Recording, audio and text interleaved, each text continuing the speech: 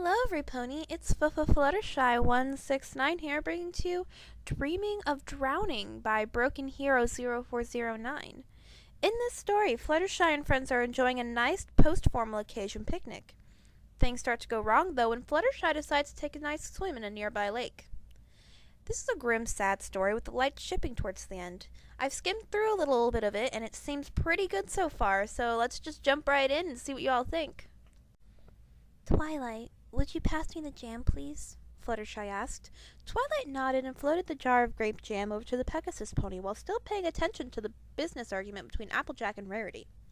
Normally, Fluttershy would worry and fret, quietly to herself, of course, whenever her friends argued like this. Today, though, Fluttershy tilted her head back, catching the warm and fuzzy sunbeams on her face. Nothing bad could happen today. It was too nice a morning. The 6 ponies and their baby dragon sidekick were picnicking atop a low hill outside of Ponyville's town limits. A clear blue lake sparkled in the sun at the base of the hill. Each pony was dressed in their 9s of fabulous Rarity-designed dresses, except for Spike. He was in a fabulous Rarity-designed suit. Fluttershy couldn't really remember what event the princess had invited them all to this time, but she knew that it had ended better than the Grand Galloping Gallop, because no pony's dresses were wrecked.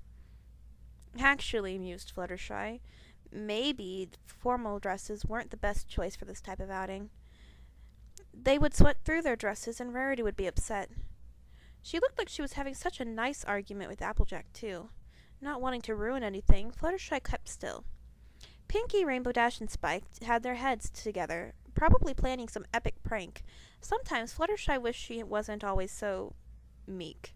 Every pony else figured she was too sensitive to partake in prank wars, which, well, kind of true, made Fluttershy feel excluded sometimes. Fluttershy! Twilight barked, shaking the yellow Pegasus out of her reverie. Yes? I said, if you're done with the jar of jam, can we please have it back? Fluttershy had, in fact, completely forgotten about the jar of jam in her hooves. Blushing, she handed it back to Twilight, who went back to moderating Applejack and Rarity's argument. Fluttershy's face burned, and not from just embarrassment.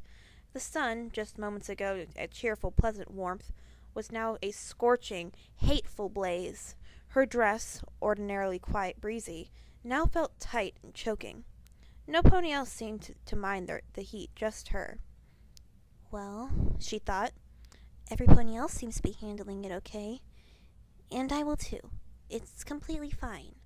Fluttershy scooted closer to Applejack and Rarity, trying to pick up the thread of their argument. The closer she got, though, the hotter the sun became. No problem. The sun continued to beat down on Fluttershy. Her light and airy dress felt heavy and warm as winter gear. Her eyes started to water, and she couldn't keep track of either conversation happening around her.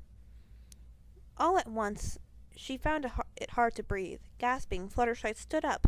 6 pairs of eyes swiveled to her face, all with the same expression. Slack jaw, half-lidded eyes, slumped over ears. Sorry, every pony, Fluttershy stammered. It's getting a bit hot for me up here. Would any pony care for a swim? Her friends merely looked at her. Through her. Despite the heat, Fluttershy shivered. That sounds like a wonderful idea, darling, Rarity said in a monotone voice. Super duper, Pinkie said sadly. I bet I can swim better, Rainbow Dash sneered. Sounds like fun, Sugar Cube, Applejack said, clearly lying. Whatever you want, Fluttershy, that's fine, Twilight said airily. Spike said nothing. He just turned back to the picnic and continued eating. All right, let's go. Fluttershy turned and walked slowly down the hill. She didn't look back to check, but she heard her friends following her. Their pleasant chatter was a distant memory. Fluttershy realized the only sound she could hear were the crunches of the hoofsteps of the 6 ponies and the wind rustling the grass. No bird songs, no laughter or bustling from the nearby Ponyville, not even the sound of the lake water gently lapping the shore. Everything conspired to make Fluttershy feel like a very small pony in a very large world. What if it wasn't the wind rustling the grass, but a streak of silent tigers just waiting for Fluttershy to lower her guard? Or what if it was something worse? Like a gang of brigands lying in wait for a lapse of attention, just waiting to rush out and attack the mares, steal from them, or worse.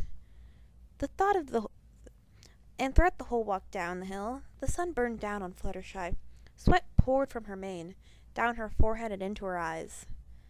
This has to be some kind of a punishment, she thought. That's it.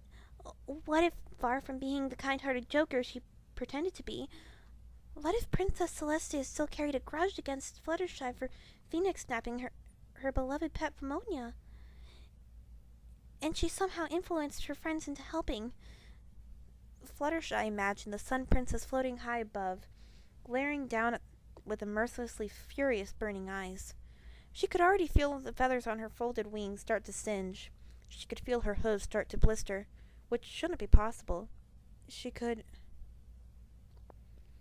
feel the warm air coming from the sand of the tiny beach. The 6 ponies finally reached the bottom of the hill. The lake sat before them.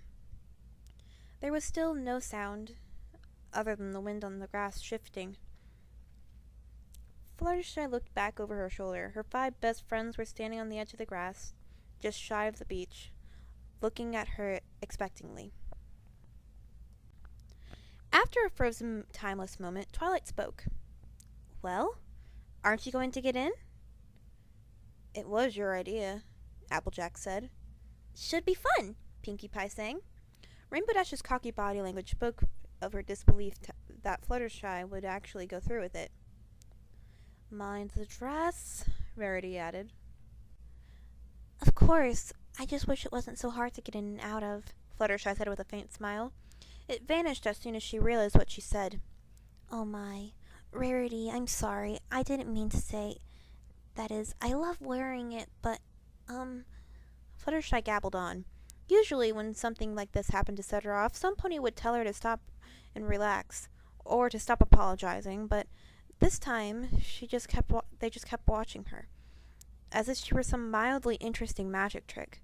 Finally, Fluttershy ran out of words. Her whole face was red in embarrassment. Again. There was still nothing from her eternally watchful friends. Fluttershy sheepishly turned back to the lake and began to wiggle out of her dress. Other times, after the gala for example, Rarity and Twilight used their magic to help every pony in and out of their complex garments. Not today, it seemed.